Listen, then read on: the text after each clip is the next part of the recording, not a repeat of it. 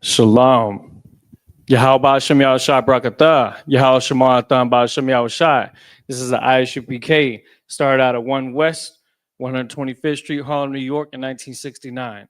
We're under commanding General Yohanan. And what we're here to do is we're here to teach the truth of the Bible to so-called Black, Hispanic, and Native American Indians are the real Israelites according to the scriptures.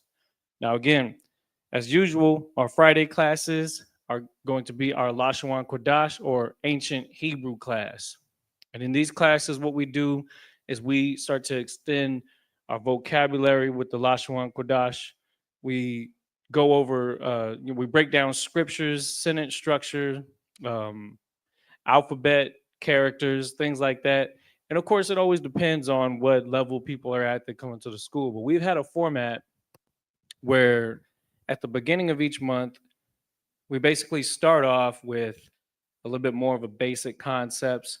And then as the month progresses, we start to introduce more different advanced topics, maybe going over entire scriptures. What you see on the screen right now is a little bit more of like some of our beginner/intermediate material, which I would like to recap for the beginning of the class today, that just kind of goes over some of the basic words that we will use for the Lashawan Kodash. Now, last time that we were going over this, we actually were using some more basic vocabulary words: beard, mother, father, different things, right? Which gives us a foundation of how to enhance our Hebrew. Now, again, always try to increase your vocabulary with the Hebrew. In the UPK, we're very familiar with a lot of terms that we use all the time amongst each other, and it's now time for us to start to introduce more vocabulary words that can be used on a day-to-day basis, to the point where we're slowly introducing more vocabulary amongst all the schools in the ISUPK, and in doing so amongst all of Israel. You know, the interesting thing about the UPK is that we use an ancient dialect, and that ancient dialect has influenced Israelites all over the world, especially in the UPK, but even people that look from the outside in and try to learn from us. Some of those vocabulary words start to bleed out to the masses, and they start to use some of the same dialect and some of the same Hebrew that we use, which is, you know, for the betterment of Israel, that's excellent. But we should always be looking to raise the standard when it comes to the things that we know, especially regarding our culture. And the Lashawan Kodash is one of the mainstays that represent our culture.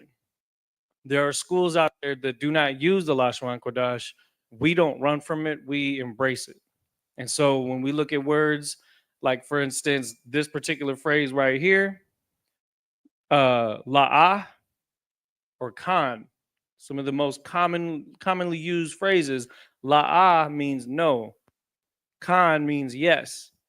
But when you look in the Lashawan Kodash, la'ah can also mean thou shalt not, because when you look at the first commandments, where the Most High is telling us things that we should not do, it'll start the entire sentence off with la'ah, and then it'll start describing immediately the thing that is not to be done.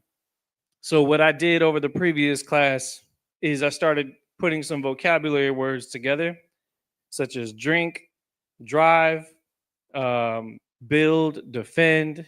There's other ones that were on here before, they might have been erased. We can always add more, because what I want to do is I want to go over these, and then I want to start replacing them with new vocabulary words that we can continue to take note on, write in the notes, and then get used to practicing the usage of those terms.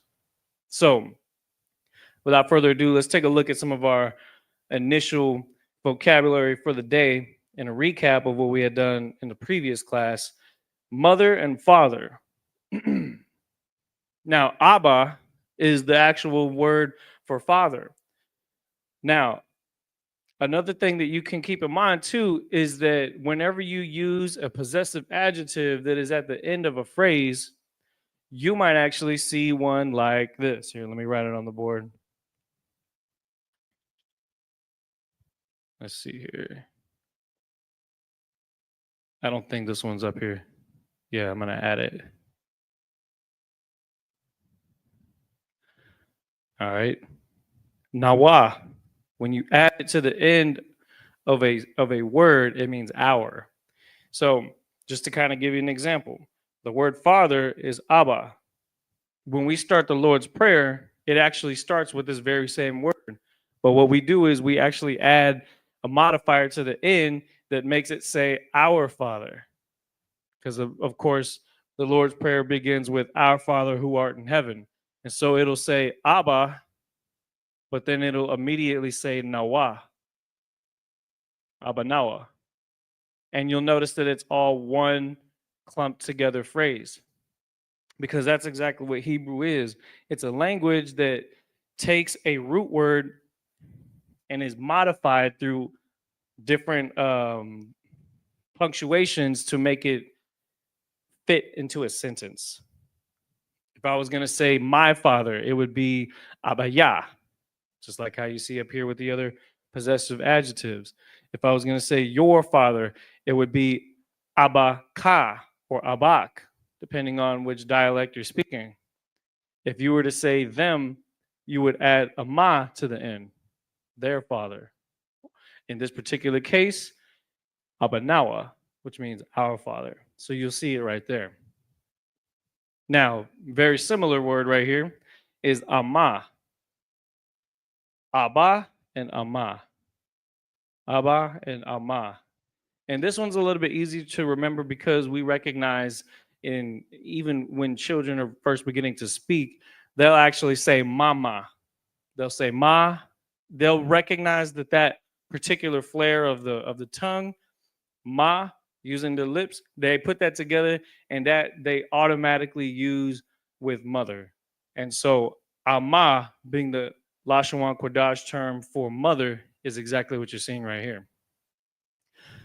When you have these little squigglies that are under it, that means that the character is pronounced by itself. Za, kwa, na. Za, kwa, na. An example of when it's tied together with another one, instead of saying za, ya, kwa, ha, it's zaya, kwa, where you start with the pronunciation of the first character. And again, Hebrew is read from right to left. You start with the pronunciation of the first character and then end with the pronunciation starting of the next character. So if this is qua and this is ha, it becomes qua, qua, where qua already kind of sounds like that together, but because ha is added at the end, there's just a little bit flair to it where you're adding the at the end of the character. So it's zaya qua, which means chain or necklace. Chain or necklace. So what we did last time is we were talking about different chains and necklace. I'm actually wearing a chain right now. This is a zakwana, but what kind is it? Is it zahab or is it kasap? The chain that I'm wearing right now, is it gold or is it silver? It is silver. So what we would say would be zayakwa kasap, the chain of silver. In a rule of thumb, think of it opposite from English. Whenever you're saying something in Hebrew, more times than not, instead of saying silver chain, you would think chain of silver, where you would describe the object first and then a further description of that object after that. So instead of saying kasap zayakwa, you would say zayakwa kasap. Just something to keep in mind. If I was wearing a gold chain, it would be Zahab, or it would be Zayakwa Zahab. Zayakwa Zahab. All right. Another thing that as you're describing and talking about what people have, maybe their features, maybe their clothes, maybe certain features about them, beard is a very common one. You're going to see a lot of that in the ISUPK. So we're introducing, what we want to do is we want to introduce words in the ancient Hebrew that we already use all the time in English, because these are very common things that brothers can build a camaraderie with amongst one another. Okay. Silver chain, a gold chain. These are things that you'll see a lot of the teachers in the school wearing.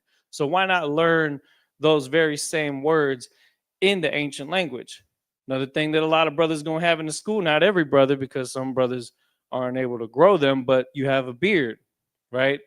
Zakwana, Zakwana means beard in the Lashawan Kodash. So, what are some of the vocabulary words we've talked about today? We've got Abba, we got Ama, which is mother. We have chain, which is Zayakwa. Then we have gold and silver. Gold is Zahab. Silver is Kasap. Zahab is interesting because there's a general in the school. Is it Hazahab? General Hazahab. His name means gold. I think it's golden warrior, if I'm not mistaken. So that just goes to show these are things that are used commonly amongst Israel. Okay. So we got silver, we got gold. Here's another one. This right here is very commonly used amongst Israel because it's something that's needed for resources. This building wouldn't have been put together without this particular item right here, and it's called currency, which in the Lashon Kodash is shakwal. Shakwal. Now, this typically means currency. Shakwal is used to represent one unit of currency. So currency in its plural form is going to be shakwaliyam. Again, when we look at different possessive adjectives and modifiers that are added to the base of a root word, such as shakwal, if you want to make it plural, most of the time you're going to use the masculine form, which is yam, Y-A-M. But if it's pertaining to a group of women in particular, it would be Y-A-N, yan, like Akwathian or Amayan or mothers. If I were to say the multiple version of mothers, it would be Slake. Amayan. Amayan. You see that? Yan makes it plural. Yam makes masculine words plural. So if I were to take that, let me see. Erase this real quick.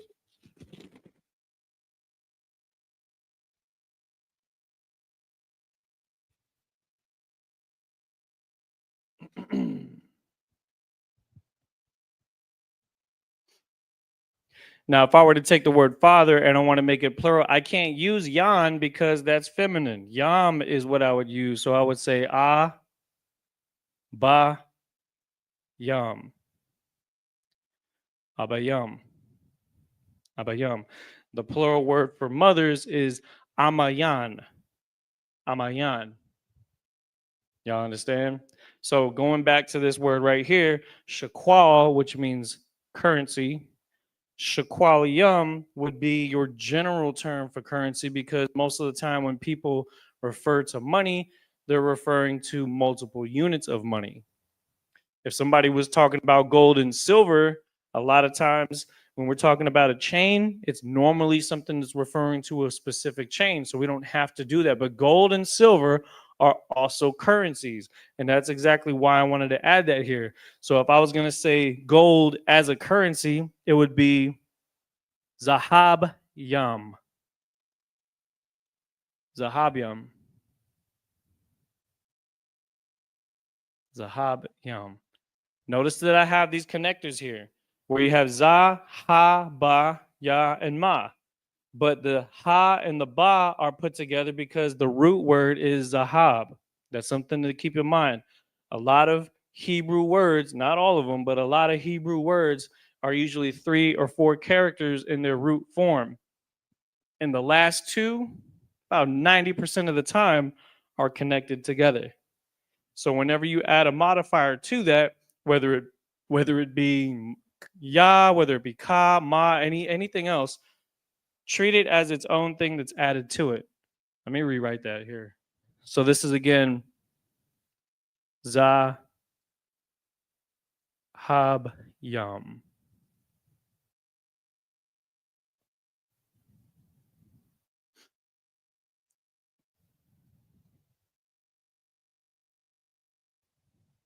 That's the plural form of gold.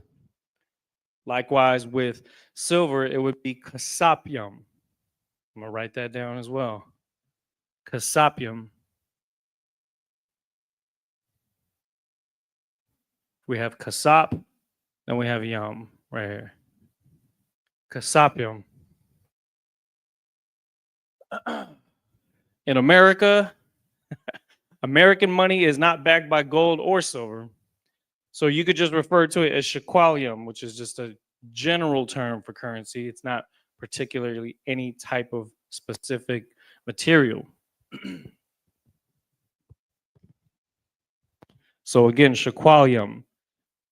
While it's being said, if you look at the top right side of your screen, you will see the Passover fee QR code, which you can go ahead and pay that and make sure to make it down to the Lord's Passover in Atlanta from, I believe it's from the 9th of April all the way up until the 13th. You understand? We got some more vocabulary words to go over, but I want y'all to take a second to look at what we got on the board already.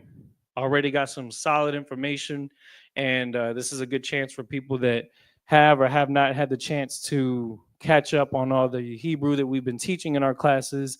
Screenshot what you have on the TV if you don't have your notebook with you. If you have your notebook with you, you should be taking notes. If you're new to these classes, you'll notice that I try to keep some baseline information up here. Try not to be overwhelmed by this because we will use it as we go, and I'll make sure to point out a lot of these phrases and modifiers as we're using them on some of our vocabulary words, which we do all the time. And of course, when we do our classes for the Lashon Kodash, 9 times out of 10, our classes are using the ancient Hebrew alphabet, which is this alphabet here on the left side of this column. This is the ancient Hebrew alphabet that goes back thousands of years. Then you have the Assyrian, or AKA modern Hebrew alphabet, which you'll see in different parts of the globe today that are more commonly known as Hebrew as it is today. However, in the Lashon Kodash, there are less characters. And so we only use the characters that pertain to the ancient Hebrew. We don't use any external characters that are added later on by other people and other cultures that have taken our language and added their own flavor to it. I wouldn't even call it flavor. I would just call it plagiarism, honestly. So again, we got gold, kasap. We got Salakia. Silver is kasap. Gold, zahab. Chain, zayakwa. Shequalium. Shequalium. Zahabium. Kasapium. Again, different forms of currency. Another word, just to recap, 2 phrases that we can use for the word respect. Sha'ai, sha'ai, and panah. Both of those mean respect. Sometimes Hebrew has multiple words that mean the same thing. And you'll notice that Blacks, Hispanics, Native Americans do the same thing with whatever language that we speak, because a lot of times we may use one word for more than one meaning, or we might use more words for the same meaning. What's an example? Shequalium is a currency. Gold and silver is a currency. But in modern day, we might call cheese a currency. And it has nothing to do with money. It's just literally something that we use as a consumable, right? Cheese or bread. We might use the word bread like a currency, because food is almost like a currency, you understand, in a bartering system. So in our communities, wherever we're at, we're always coming up with slang terms for everything, whether it be Spanish, whether it be English. There's always modifiers that we do throughout the ages, throughout different generations, that will take words and add different meanings to them. I want to go over some more. This is a very important one, because here we are coming up on the weekend. And even over the past few weekends, we've been dealing with different festivals that have been going on. South by Southwest out in Austin, Texas. You also have, what's that green holiday? St. Patrick's Day, which again is nothing to do with our culture, where people go out, they get drunk, and a lot of our people end up in jail. A lot of our people end up in car accidents. And the reason why you'll see thou shalt not drink and drive. It's actually saying don't drink and drive. That's just a public announcement in Lashon Kodash for people just to keep in mind that to be moderate in the things that they do, not to overwhelm themselves, not to overindulge, because we are in dangerous times. And if you get caught slipping, you could end up in jail or worse. We just launched a premiere on our channel. For those of you that are tuning in, definitely make sure to check out our recent camp video that just came out a couple of hours ago, where we're speaking at camp in Austin, and there are just waves and waves of police just arresting black people at South by Southwest. The whole entire evening while we're teaching at camp, the police set up their headquarters, a mobile headquarters right next to where we were holding camp. And throughout the whole time, they were just arrested. I didn't seen at least 10 black people get arrested just from the time that we were starting to close up camp to the time when we actually left the premises. There was so many black people being arrested, and a lot of it most likely has to do with drinking, whether it be through fights that were breaking out or whatever type of racial profiling that's going on down there. You'll notice that in our most recent camp video. And so when we come in here with the Hebrew and we talk about topics that are real amongst our people, you best believe that learning these terms will only make it stay in your mind that much more prevalent, where everything you take is more serious as you learn it in your original language. When you learn about Shaquayim and the Lashon Kodash, you'll start being more disciplined with your money if you're in a spiritual mindset. When you start using terms like Abba and Ama to talk about your own parents, you'll start respecting them more because you'll be approaching it in a more spiritual mindset. So when we're talking about things like this, drinking, shakwa, which is interesting, you got shakwal, which means currency, but you also have a vocabulary word that's very similar. So it's easy to understand, though. It's not the same thing. Drink, shakwal. It's like it, shakwa. You got shakwal, which means money, shakwa, which means drink. I did that on purpose. That way you can learn a couple of vocabulary words without having to worry about too many characters. So drink, which would be shakwa right here. Drive. The word drive is nahag. Nahag, which is spelled na, ha, and ga. Where's it at? We got na. We got ha right here. Then we got ga. Ga is a little bit tricky to draw. It's almost like ga is almost like writing, like when you write like a 7, right? Some people write a 7 like this. But if you were to write it a little bit crooked where it's kind of going this way, that's what ga looks like. It's very similar. That should be accurate. So you're looking at this right here, nahag. Now let's put that together in a sentence. So when we say something like don't drink and drive, how do we put that together in a sentence? It would be la'a shakwa wa nahag. Notice that there's an and in front of the word drive. Don't drink and drive. What you're doing when you're adding something is you're adding it to the additional phrase. And so your preposition right here, and, is a wa, which joins it to another phrase.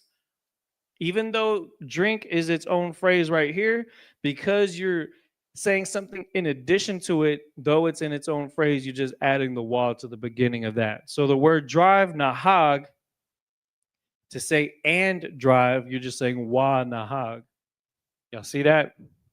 So the phrase don't drink and drive, or if I'm speaking in biblical terms, thou shalt not drink and drive. This isn't a commandment. It's not like this is a scripture, but that's just how our language is. You understand? La'ah shakwa wa nahag. Don't drink and drive. Here we are coming up on the weekend. Brothers are going to probably do that anyways. It's just what's going to happen. So by all means, be careful. Lord be with you. And when you're at the Passover, don't drink and act a fool at the Passover, because you will be removed from the premises. That you can bet on that. So maybe I'll come up with another sentence to actually finish that up. So again, we'll just finish that phrase up. La'a shakwa wanahag. La'a shakwa wanahag. If you chilling with your brothers and you just pull up and say something like that, they're gonna be like, "What?" You'd be like, "Yeah, la shakwa wanna hog." They're like, "What? What'd you just say?" I said, "Don't drink and drive." I see you've been sipping at least 3 of those Jamesons. You gotta slow down on the Jamesons. You gotta slow down on the Hennessy, and that's practical Hebrew. Matter of fact, I might have to start naming my vocabulary classes practical Hebrew because we want our Hebrew to be words we want to use. Silver chain, gold chain. You understand? Shaqualium. Let me see a brother use that in one of your hip hop verses for one of your upcoming tracks. Let's start using our language more. Let's start adding to our language repertoire more than ever before because it's our language. We have to take it back. We have to start using it more than everybody else does. We have to continue to raise the bar on what it means to be a Hebrew Israelite because it is our ancient culture. Another word, defend. Ganan. Ganan is a word for defend. All right. So for those of y'all that are just now tuning in, for those of y'all that are just now showing up, this is actually material that we've gone over in previous classes. So we won't dwell too much more time on this right here, but now's the time to go ahead and screenshot what you see up here, write down what you see up here, try to absorb all the information that we got for you. And we're going to give it a few minutes, and then I'm going to erase what's on the board. We're going to start adding some different vocabulary words that we can go over for the rest of today. All right. So bear with us 1 second here.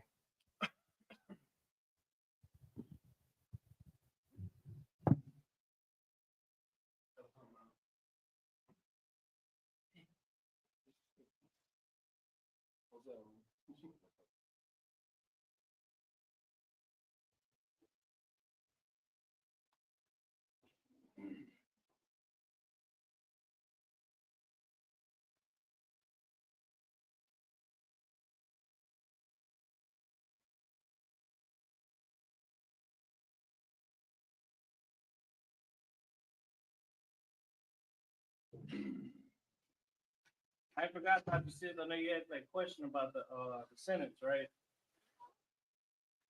I'm gonna start with that here in a minute.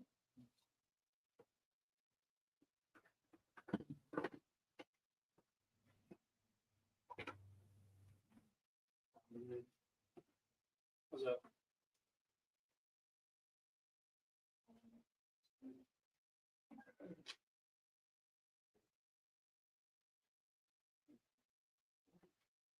That one next.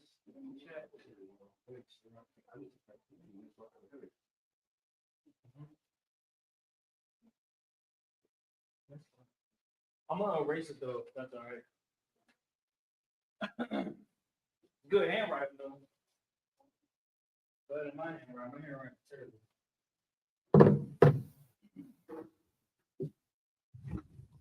All right, I'm gonna go ahead and erase the board now.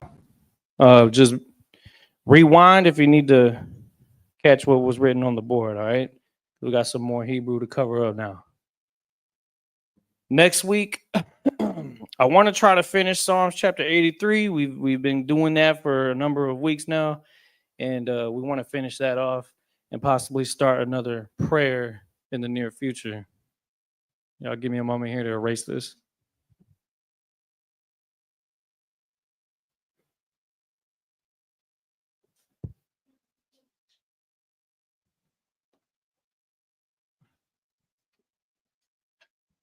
Do y'all have any vocabulary words you want to go over? How do you say?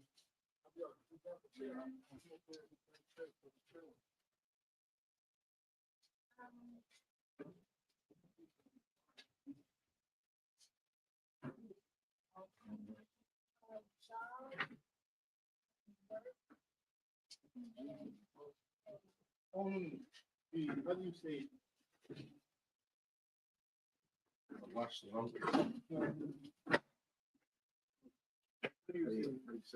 you say I want to know what shalom means in Hebrew? Como se dice? You talking about like that? There's Oh, yeah. Y'all got the other mic?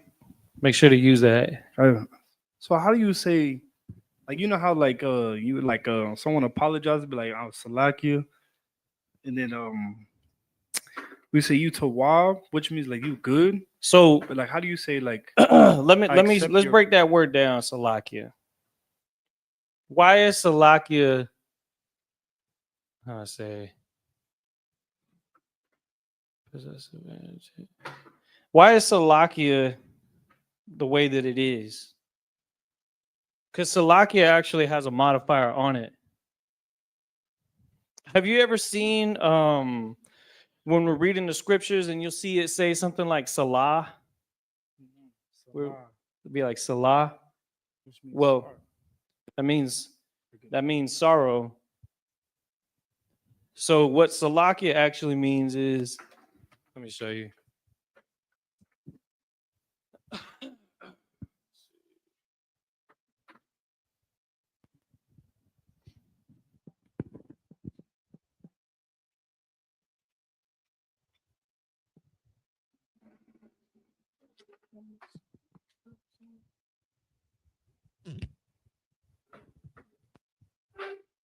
We'll start with that. Salakia is sa, la. What word comes after that? Is it ka or cha? You sure? It is, right? Yeah. Because when you say it in English, what do you say? Salah. What? You don't say Salakia, right? You say Salah. Yeah. So how do we write that in Hebrew? It's Salah. Then you have Cha, which looks like a ladder. Then you have Ya. Okay, what's the root word here? Salah. Salak. Oh, Salah. Yep. Oh yes. Here, and I'll show you. Oh. Salak. This is the root word. Salak.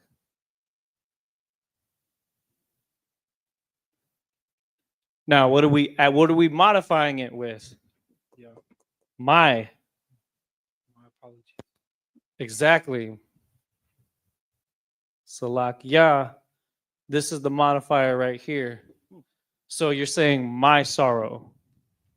You understand? My sorrow. All right. I got one for you. Hold up. Let me write this first.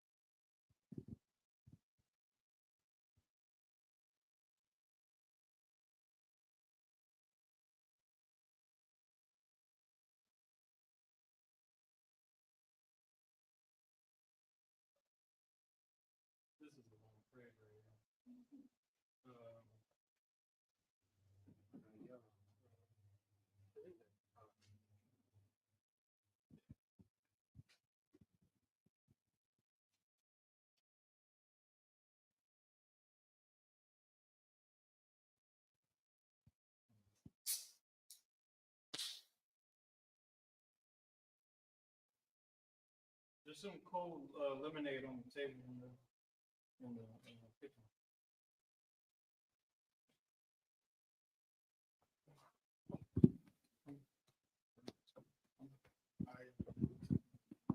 I saw what that was.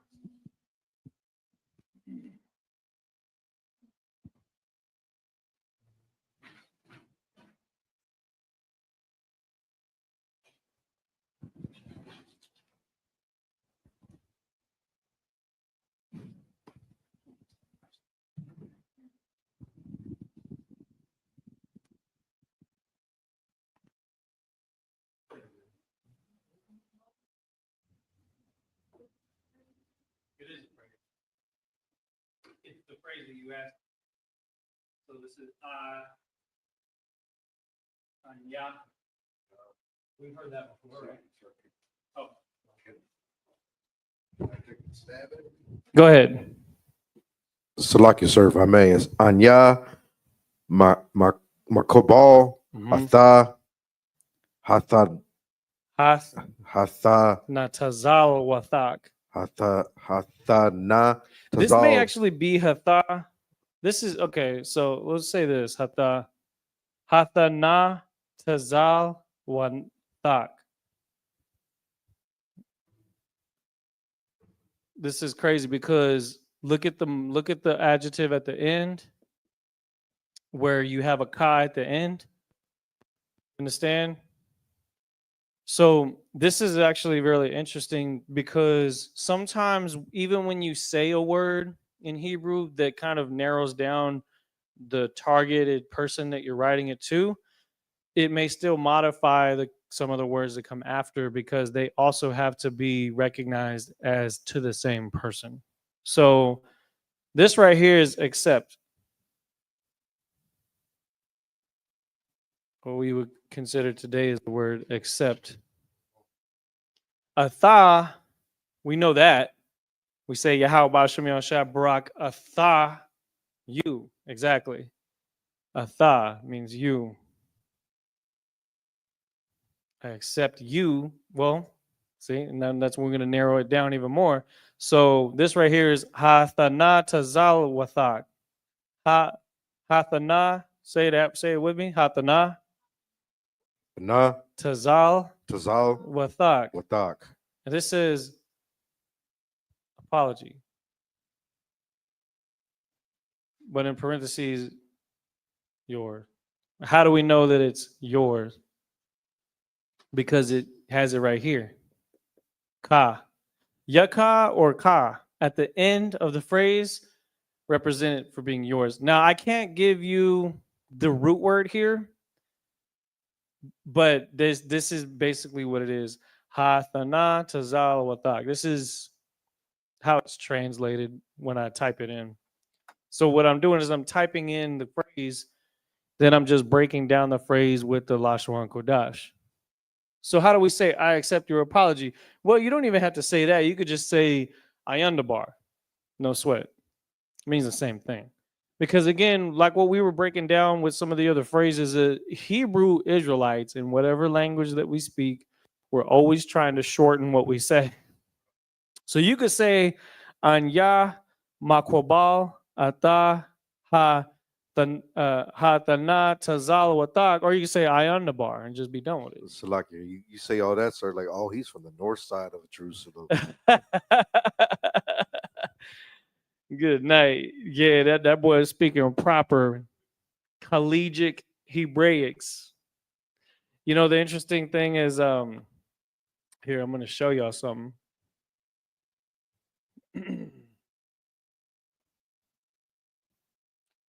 Now, there's nothing wrong with learning the whole half of it, right? When you learn a language, it's important to learn as much as you can. Know the foundation before trying to have any type of flair to it. There's nothing wrong with that. What we have right here is a book by Yale University.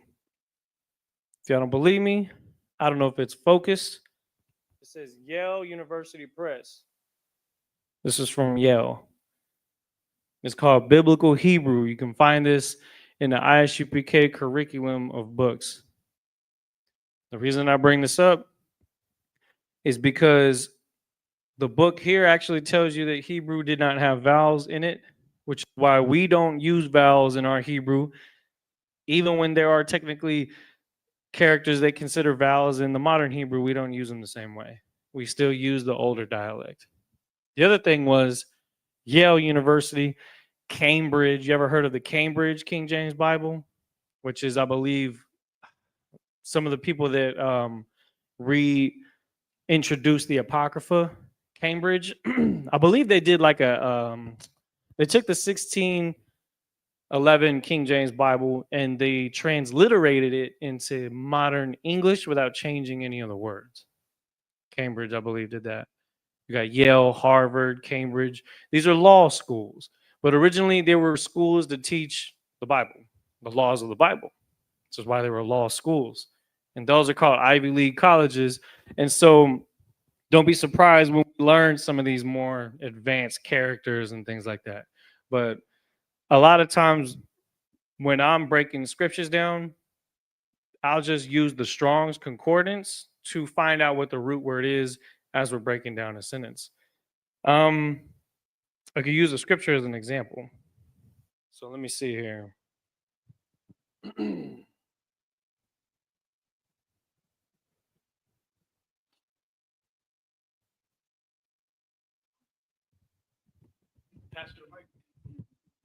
Pass her the mic.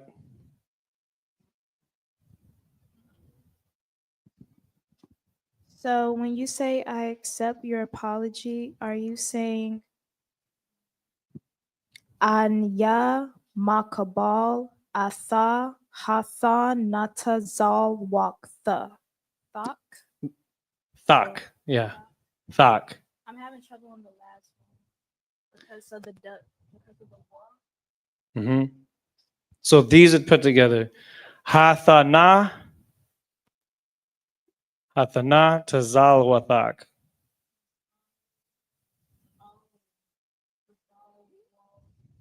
Tazal. This is Tazah and this is La. So you have Hathana Tazal Wathak.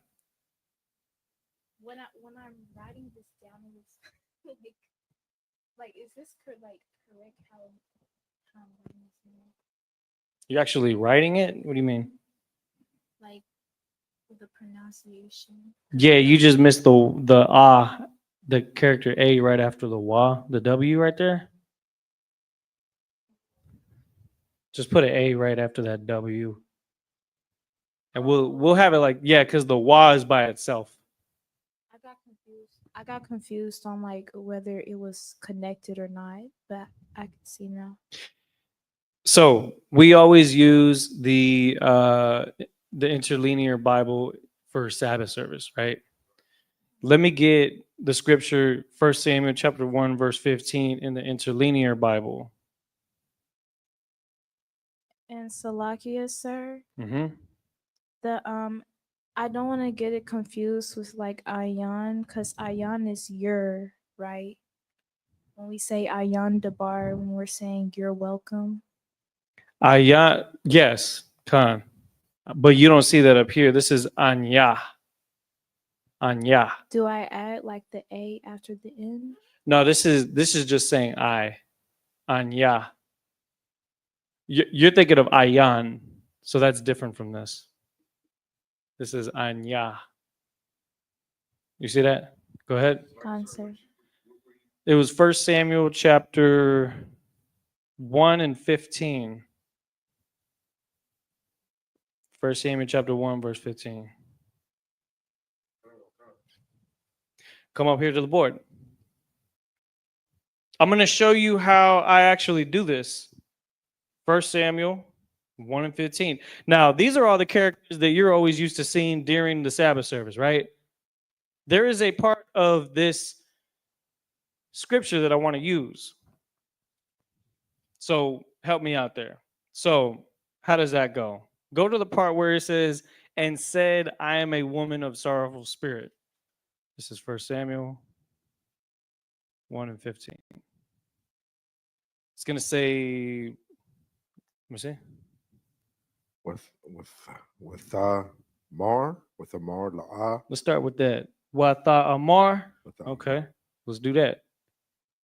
Wa tha amar. amar. This is easy. Look. Wa tha amar. What's the root word? It's amar. We know amar. We see amar all the time. Come on. To say.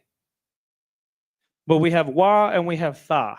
So these are prepositions where he says and what? And she said? Oh, and said. And said la'a. All right, and said. With- Notice that there's a tha there, to be or to hold, which means that this then makes it past tense. Wa tha amar.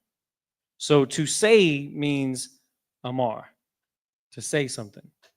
But having that thought at the beginning makes it past tense and said. Wa tha amar. All right. Now, what did she say? She said la'a, right? Kan la'a. She said la'a. She says no. We know that word. What did she say after that? Adanaya.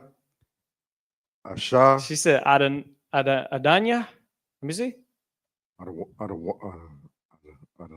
Adanya. Adanya. Yeah. So here's another one right here. So this is very important. A, da, na, and ya.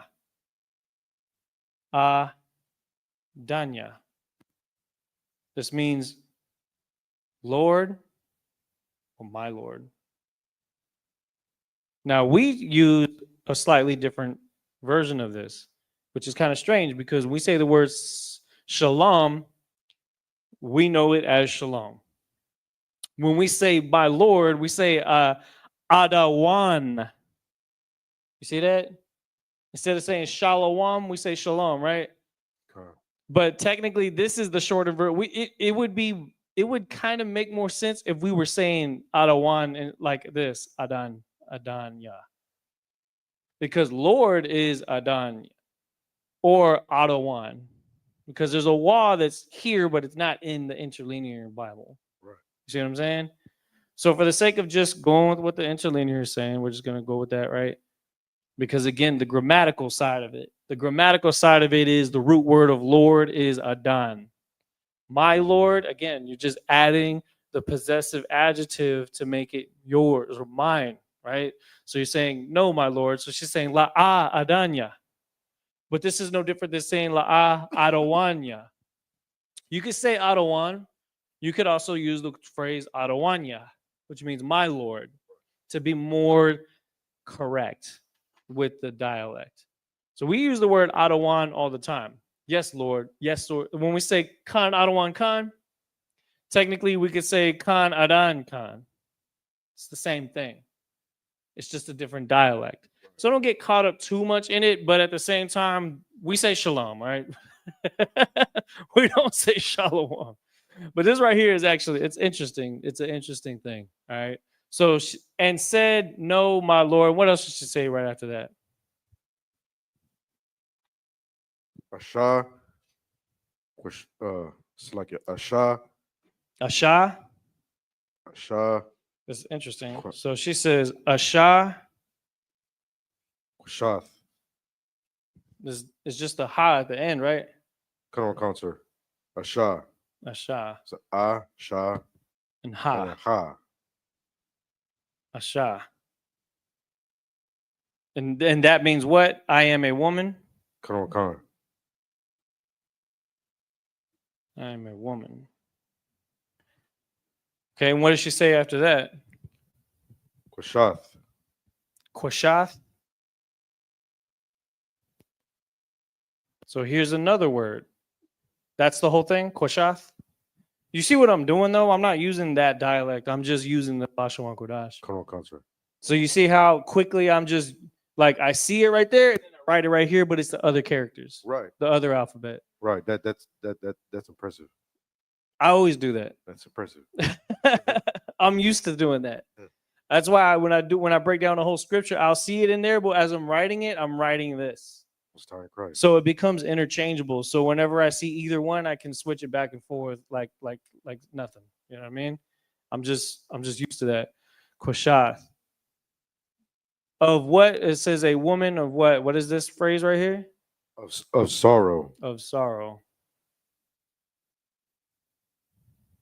Of sorrow. Okay, keep going. Kanawan Khan. Rawak.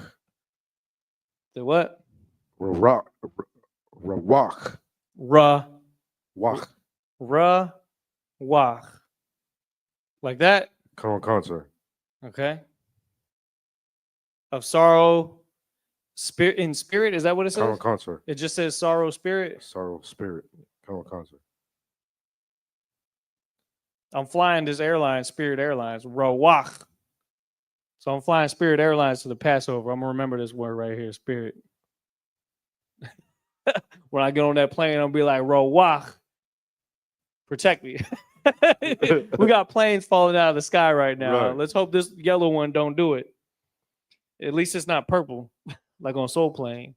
Because we all know purple is just means trouble in these days. You know what I'm talking about? Oh, God. Rawach. So let's start with from the top, right? This First Samuel. This is a woman that's saying this, right? Right, She's right. saying Watha'amar, Watha'amar. La'a. So she's saying La'a Adanya, Asha Kwashath Rawach. Learn that. If you ever have to apologize to your man, this is a perfect sentence to use. No, my lord, I'm sorry. I'm a woman of sorrowful spirit. You see how she says it poetic? She just don't say I'm sorry. She had to go in profound on it. She says, I am of a sorrowful spirit. Like that's feminine as heck to flow like that with those, because we're translating in English the way she's saying it, but this is just how we spoke naturally. She said Adanya or Adawanya, Asha Kwashath Roach. That's what she said. What else? Salak, if I may. Mhm. If my rib told me that, it was like, I gotta forgive you, right? I gotta forgive you. Let's go get you something to eat. I Want know ice you. cream? Yeah, you want ice cream? You know what I'm saying? Get you a bucket of that cookies and cream. You know what I mean? And then, yeah. But there's more to it.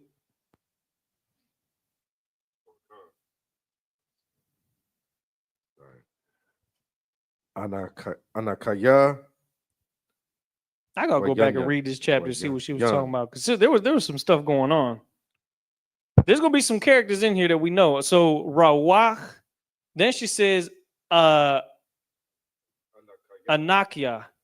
Uh-oh. Now we got another word that means the same thing. What was that again? Anakia. Anakia. This also means I. We use the word I all the time. There's actually more than one version of it. See that? Anya, Anakia.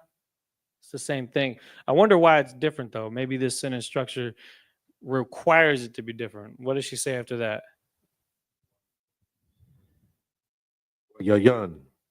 Oh, and wine, right? Khan. We know about Yayan. As we start to use more characters, more vocabulary, a lot of this is just going to become second nature. And wine. What else does she say? Washakar. Wa, sha. Is that ka and ra? Khan, sir. What is that saying? Or drink. Nor drink. Okay. It says nor wine. Oh, really? So the wa actually means nor. Neither Yeah. wine. It's kind of like saying, okay, I'm gonna add that to here, because wa can be used to. Well, see, that's exactly what it's doing, right? Exactly. It's almost like, hold on, and neither. Oh, I see what you're saying. Okay.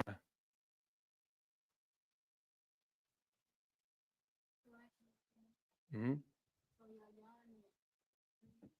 Con.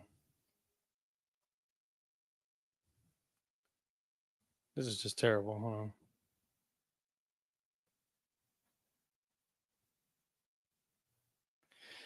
Let me help you because really that doesn't even need to be there. Because technically the wa yayan is and wine and drink. But it's almost the negative side of it. When you're saying neither wine nor drink, what you're doing is you're just doing the negative. Instead of you adding things together, you're subtracting things from existence. So it's like you're adding them together as things that did not. You know what I'm saying? Things that you didn't do. So it's almost like think of like how a sun and a black hole are the opposite. So when you say and or you say nor, you're adding things together, but one of them is to add things together that actually adds physical things together, or nor is adding things together to refrain from it having been accounted for. You see what I'm talking about? I don't want to confuse you. Keep going though. With Shakar, La'a. Washakar, La'a. just la and ah. No, no.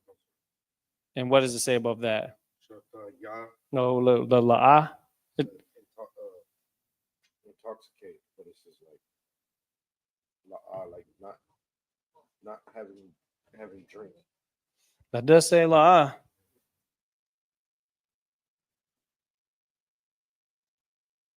Go ahead. What does it say after that? Shata, Ya. Shata, Ya. Ya.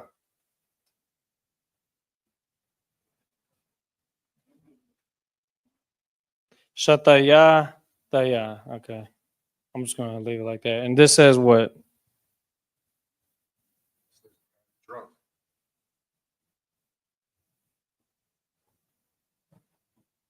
Click on the number above that. So the root word is to drink. Shata. Shata. Shataya Daya. That's interesting. So Shata. It could be Shatayatya, but I could, we know the root word is Shatha. There's supposed to be a ha at the end of it. A lot of times, ha does get replaced whenever there's a different modifier added at the end. It is Shata, Ya.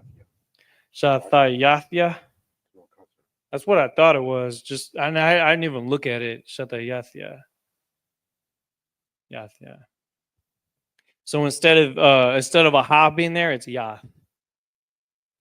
I'm gonna look into that a little bit more. Have drunk. That again, that has something to do with the past tense form. You understand? So I'll do a little bit more research on that, and we'll brush up on that in a later time. But sentence structure, the modifiers actually change the way the words are flipped together and stuff. You know what I'm saying? But the word shaya, we just saw that in the other phrase we were reading, where we said don't drink and drive. Right. You know what I'm saying?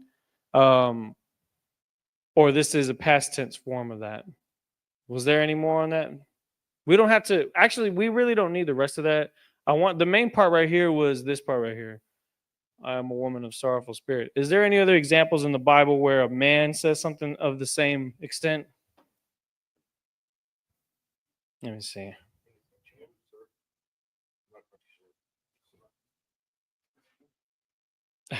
Hold on. Khan, go ahead. I think Job 9:28 could be one. Go ahead. What was your question? So Salakia, sir, but at the top with at and those and with, would that be Well, which part are you talking about?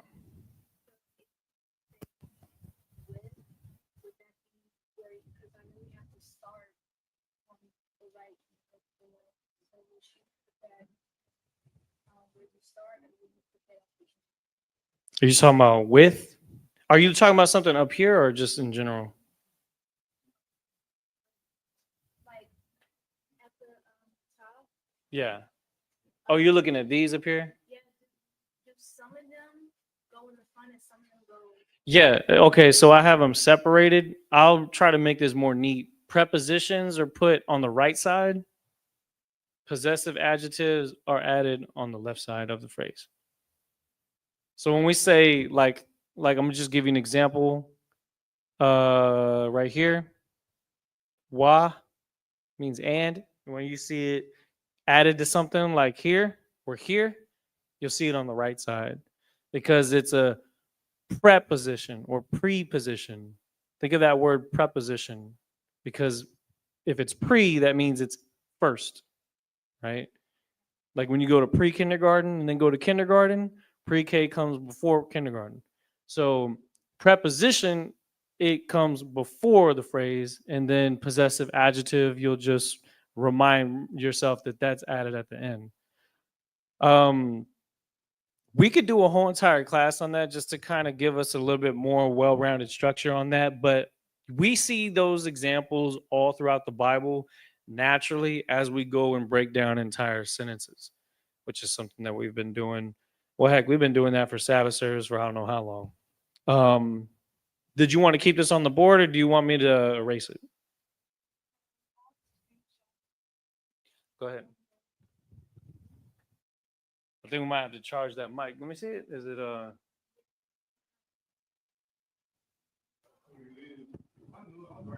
does it charge? Does this one charge or no? I think we got more batteries though. Is it AA or what?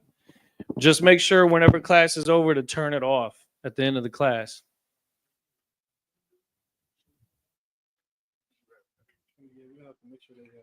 We'll go for a little more. Who's that right there?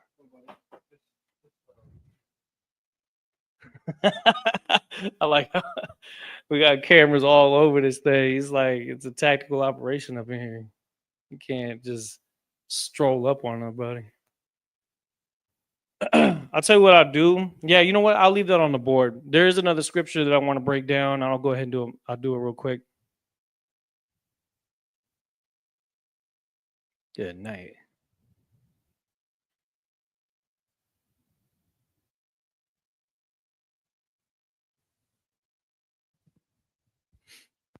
There's two of them. I'm going to get Psalm chapter 38 and 17. Psalm chapter 38 and verse 17. Let me see.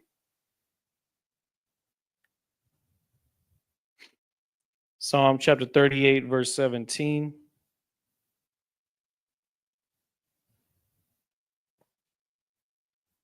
And like I said, when I do this, it's nothing new. It's nothing that you're not used to already doing. We're just basically writing it in Hebrew to back up what we already know. Can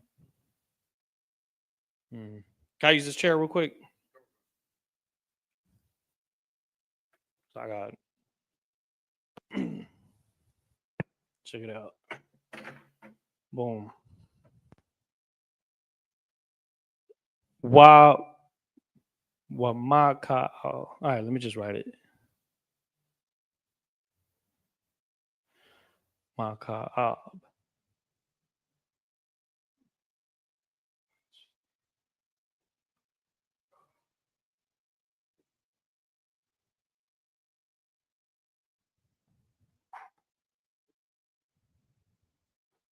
Makaab. I think I'm just put it together like that.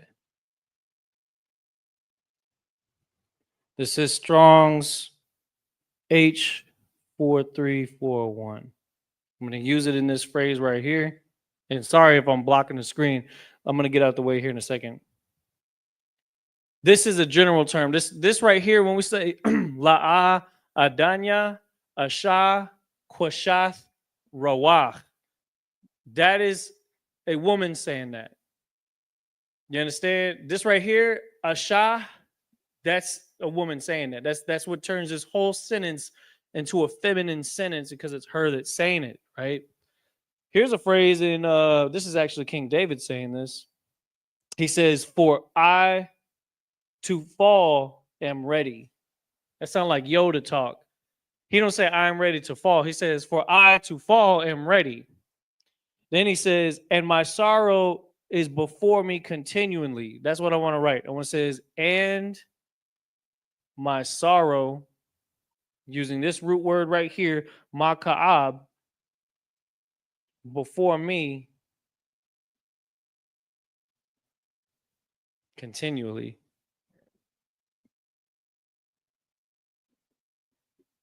So these are apologetic phrases. This is what the classes kind of turn into. That's perfectly fine. We got Salakia, right? We say Salakia a lot, enough. This right here is the this is the long term of Ayundabar. I believe Ayundabar is ah, right? Kapiyar? Is it I or ah? So it's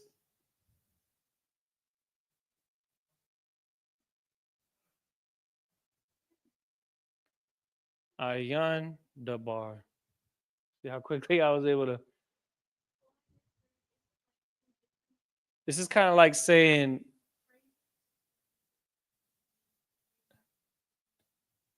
Dabar. What does the word Dabar mean? No. Well, that could be one of its words, but Dabar means. Let me see. We see Dabar all the time. Let's see.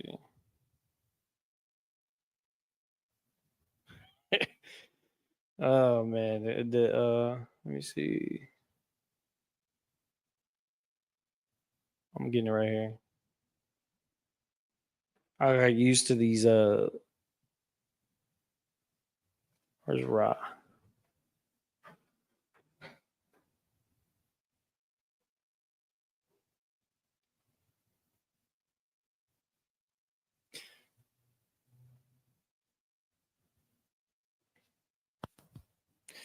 We say that to say you're welcome.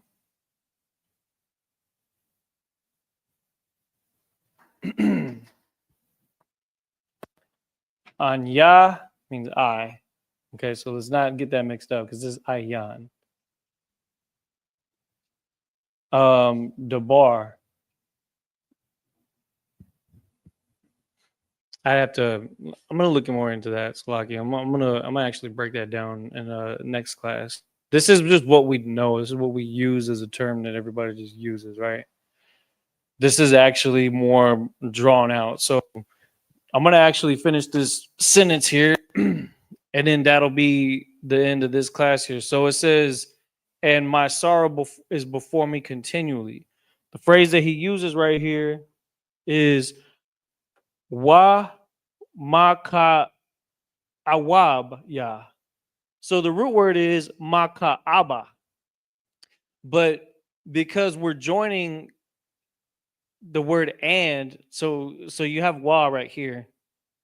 This kind of goes back with what I was saying about the whole Adawanya versus Adanya, where sometimes the "wa" is there and sometimes it's not. And again, we're just using this interlinear translation, so you're going to see that sometimes. That's why you might be doing the Sabbath service, and then when you see the word peace, it'll say shalom. So you'll see the give and take because it's there for some phrases and it's not there for some phrases. And again, that just has to do with the dialect. So don't read too much into it. Just what I'll tell you is we're just gonna write what's on the board here. So we got wa, ma, ka, ah. Oh shit. Hold on. Ah. And then you have wab, ya. Wa, ma, ka, awabya. Wa ma ka awabya. And my sorrow. And my sorrow. We know the word maka'awab in this particular sentence is sorrow. Okay? Sorrow. Maka'awab. The root word for sorrow again is maka'ab or maka'aba. I believe it's maka'ab. The only difference is this says maka'awab. There's just a wa between the and the ba right here. So he says, and my sorrow. I'm going to rewrite this. I want this to be a little closer. All right. Just kind of clean this up a little bit. Wa maka awabya. Before me is naga. That's interesting. So nagadya.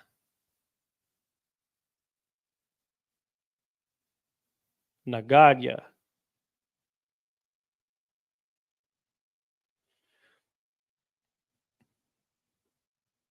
Panya is another word that we see all the time where it says before me. But this right here is nagadya. Nagadya, before me. The root word 5048 means before. So nagad. Nagad is the root word. Nagad. Continually is thamayad. Thamayad.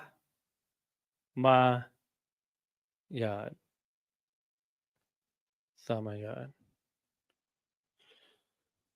Continually. The root word H8548 is the same thing. Thamayad. So it is the root word, the whole thing right here.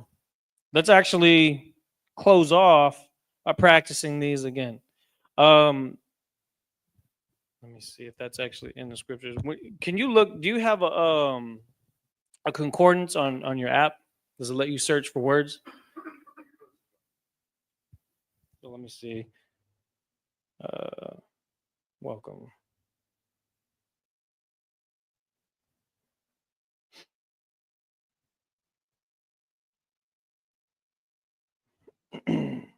The reason why I don't like the word the phrase "you're welcome," it may be a different word that's used in the translation in its original form. So when I type in the word, I think it's nothing. Yeah. Lawa.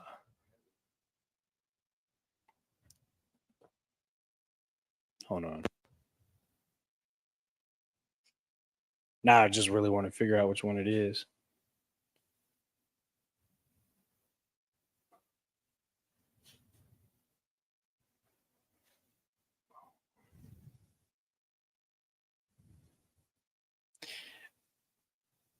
So the main phrase that we use when apologizing is salakia. You'll see it up here. Salakya. Or when someone says the water, they'll say thank you. And so your welcome would be something that that is said. When someone says salakia to you, what do you usually say after someone says salakia? They'll say,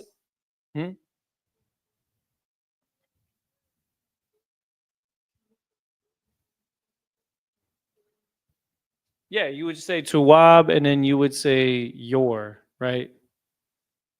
Possessive adjective, you're adding it at the end.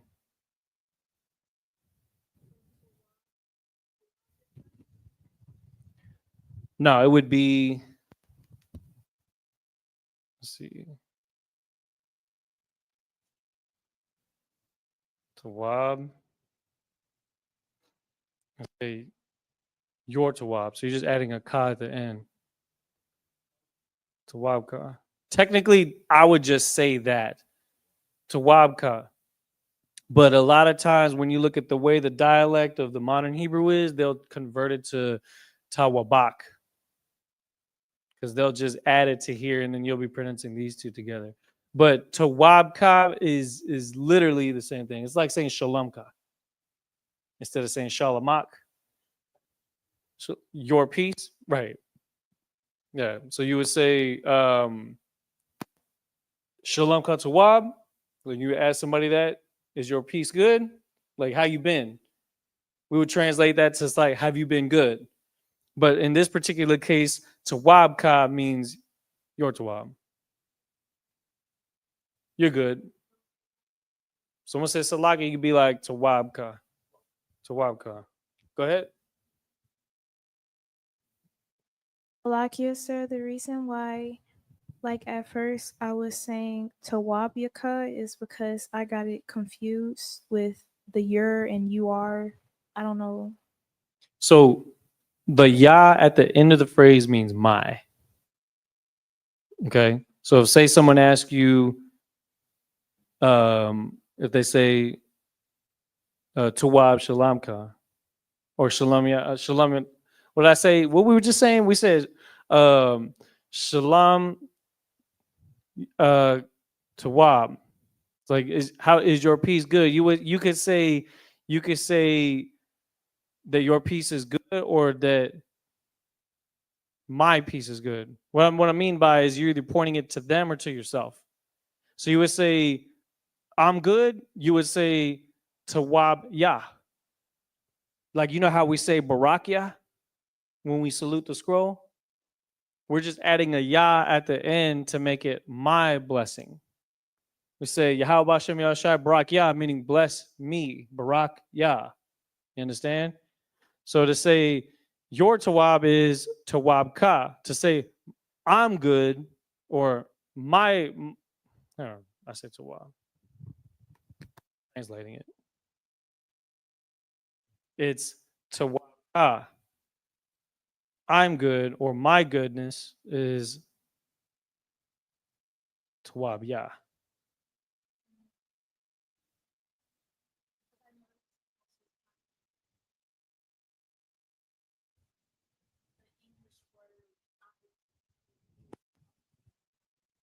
Tawab, yeah. It's because it's baby steps. We're taking these baby steps. But you start taking that initiative, sis, and start using more of it. There's nothing wrong with that. We applaud that. So let's finish up here. Practice what we got on the board. This is Salakia. Just repeat after me. Salakia, Ayandabar, Tawab. Your good is Tawab Ka. I'm good is Tawab Yah. Let me separate these sentences. I don't get these confused because it's a lot on the screen. That's naturally what happens as we go into these classes. You'll see a lot of scribble, scrabble, chicken scratch, all that good stuff. I actually want some chicken now. All right. So I accept your apology. How we say that? It's Anya Makwabal Ata Ha Thana Tazal Wathak. Ha Tana Tazal Wathak. Try again. Ha Thana Tazal Wathak. Hathana. Remember, there's a ta and a tha. This is ta. This is tha. Okay. Look right here. Almost looks like an X, but it's actually like a little bit less of that. So you have ta right. Where's it at? Damn, we're ta. Ta right here. Tha is right here. So again, it's anya. Repeat it. Anya. Anya, Makwabal. Makwabal, Atha. Atha, Hathana. Hasana, Tazal Wathak. Tazal, Wathak. Hathana Tazal Wathak. Hey. So it's Hath. There may be other phrases to shorten it, but that's more or less the phrase that we're using here. Sorry, what were you saying? So it's Hathana Tazal Wathak. Right. Hathana Tazal Wathak. And that's what it is until further notice. Because that's how it translates. All right. So we're just writing how it's translated. And said, and this is in 1 Samuel, it says, Watha'a. Salakia, Watha Amar. Wathamar. Watha Amar. La'a. La'a. Adanya. Adanya. Asha. Aisha. Kwashath. Koshath. Rawach. Rowath. Now here's another interesting thing because if I'm not mistaken, we may pronounce that during our Hebrew prayers as Racha. But Rawach is how I assume the phrase is supposed to be written. I guess that's grammatically correct. Whether it's Racha or Rawach, we'll just say Rawach right now. Okay, because that's probably how we would pronounce it during the Sabbath service. So let's read that one more time. Wata amar. Watha Amar. Wata amar la'a Watha Amar La'a. adanya Adanya. or adawanya. Adawanya. Asha Asha. kwashath Kwashath. and rawach.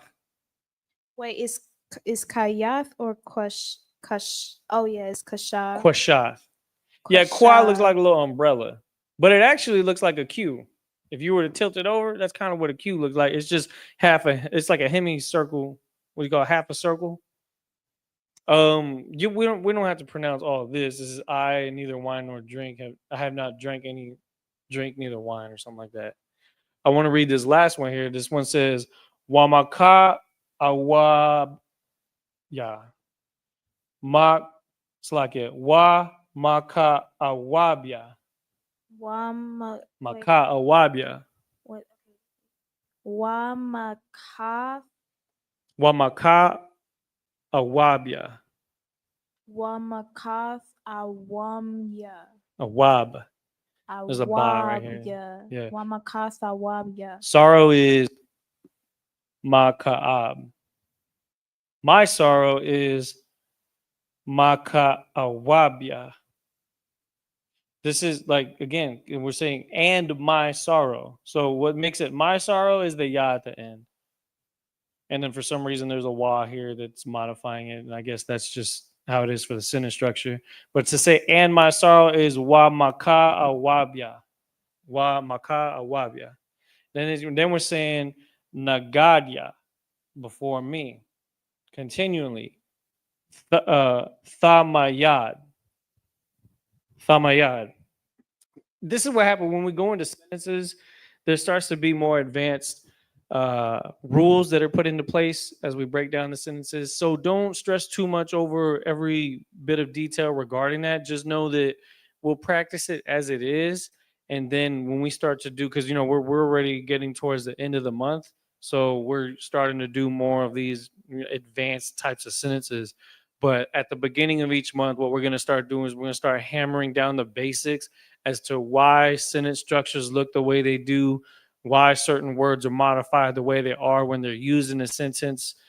But we use all the tools that we have available to us, like in the interlinear Bible, where you have the Strong's Concordance, which is that little number above any character when you're in the interlinear Bible. This is another reason why it's so important for people to tune in to our Sabbath service classes, and not just tune in, but struggle with us through the Hebrew as we're reading it through the interlinear version, because any given word that's in there, any phrase that's used, as we're writing it on the screen right here, right? This isn't from a scripture. This is from a translation I put on Google, so I'm just using the same characters. So I don't know the actual Strong's Concordance definition for the word that's used for apology in this translation here. But when we go into the Bible, that I can guarantee you, when we go to the interlinear version or when I use my Strong's Concordance, any phrase that we go over, I can click on the concordance identification number, like how we did for the word sorrow right here, and how I did for all of the vocabulary words from our previous class. That lets us at least know what the root word is. And that's how, out of this huge phrase right here, I was able to just use the interlinear version, go above with this mumbo jumbo, hit that number, takes me to this, and it brings me to this, which is the root word. And you could do that with any character or phrase that's in the interlinear version of the Bible. So just keep that in mind, because that's universal. Any Hebrew, Old Testament that's worth its weight, I'm talking about, is going to have those Strong's Concordance identification numbers, so that you can get the right definition, so you can get the right pronunciation, at least the characters that we use to pronunciate. Because the characters are going to be the same in the Assyrian, but they may pronounce it different. So we're just going to use, again, our growing potential here with building our vocabulary and putting everything together in full sentences and things like that. All right. I'm going to leave this on the board here. We'll just kind of let that sizzle over the week, take a look at it as you're in the classes. We're going to be here tomorrow morning. You can take another look at it. Just practice it. If you have it written down or whether you have it screenshotted, and just keep that in mind. These are phrases that could be used to express both sorrow, forgiveness, things like that. And maybe we could add more to that in a later class. But this is just going to be, I guess, the foundation of, again, building our vocabulary. That's what we want to do, is we just want to continue to add more Hebrew to our everyday speaking, right? And that's the end goal. Because the more we do that, the more of our culture that we actually have back. So with that, this is the ISUPK that started out at 1 West, 125th Street, Harlem, New York in 1969. We're under Commanding General Yohana, and we're here to teach the truth of the Bible that so-called Black, Hispanic, and Native American Indians are the real Israelites according to the scriptures. So with that, I'm going to go ahead and pass the class off to Priest and Officer Yakal Ya'ala for the security announcements. This is the ISUPK security announcements. We are the ISUPK, started out of 1 West 125th Street, Harlem, New York. Rule for a new brother and sister. When a new brother or sister comes into the school, they are off limits for 6 months. They are here to be saluted. They are to be saluted only. They are here to shed themselves of the world. If they need transportation, the teacher will arrange it. After 6 months, if a brother or sister has an interest in a particular person, he or she must get permission from the head to speak to a brother or sister. There is another 6 months in which the brother and sister will court each other. After the 6-month period, the brother and sister will get permission from the head to marry. Tithes, which is a commandment. You can find this in the book of Numbers, chapter 18, verse 21, and the book of Malachi, chapter 3, verses 8 through 10. Ma'ashra, which means tenth in the Hebrew, 10% of every penny of any increase the Lord gives you. Give to Treasury Department or teacher. Priest fund, free will offering for priest, not mandatory. Whatsoever amount you would like. Upcoming holy convocations.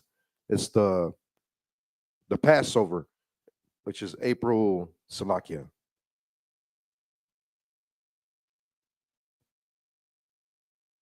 Let me pull it up real quick.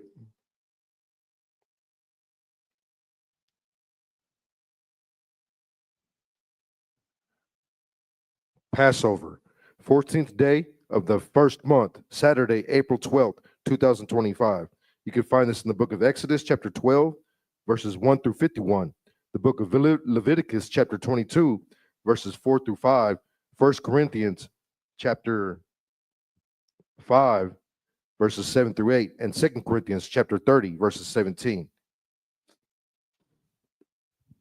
Remember Akim and Aquatium to check the bulletin board. If anyone wants to be a trooper in the school, to start wearing all black boots, shirt, pant, headband, and scarf. This concludes the ISUPK security announcements. All right, with that, Amadyam, which means to stand. Sar, Panyahakodam, which means turn and face towards the east. We're going to finish with the Lord's Prayer in that Lashwan Kodash. Abanawa, Shabbat Shemayim, Kodash, Haya, Shemka, Yahweh, Malakwaka, Taba'ah, Ratazaka, Haya, Aisha, Ba'arataza, Kawa, Haya, Bashamayim, Natalanawa, Lacham, Kal, Yawam, Wasalakanawa, Kabawathnawa, Kasalaknawa, Kabawathinawa, Wala'a, Tabia'anawa, Banasawan, Abo, Hawashinawa, Mayan, Rai, Kaya, Laka, Hamalakwa, Wa'ala, Wataparath, Laiwalamium. Aman. In English, what we said was, Our Father, which art in heaven, hallowed be thy name. Yahweh, thy kingdom come, thy will be done, in earth as it is in heaven. Give us this day our daily bread, and forgive us our debts, as we forgive our debtors. And lead us not into temptation, but deliver us from evil. For thine is the kingdom, and the power, and the glory, forever. So be it. All right, Sar, sister, you may have a seat. At this time, we're going to give the brothers one courtesy salute. Men of Israel, Ahmad Shabbat. Ahmad, Barak. Yahweh Bashem Yahweh Barak. Yadi Matap. Sar, turn and face the system, one courtesy salute. Men of Israel, Ahmad Shabbat. Ahmad, Arad. Yahweh Shema, Thamba, Shem Shah. Yadi Matap. Dismissed. All right, great. Go ahead and end the stream.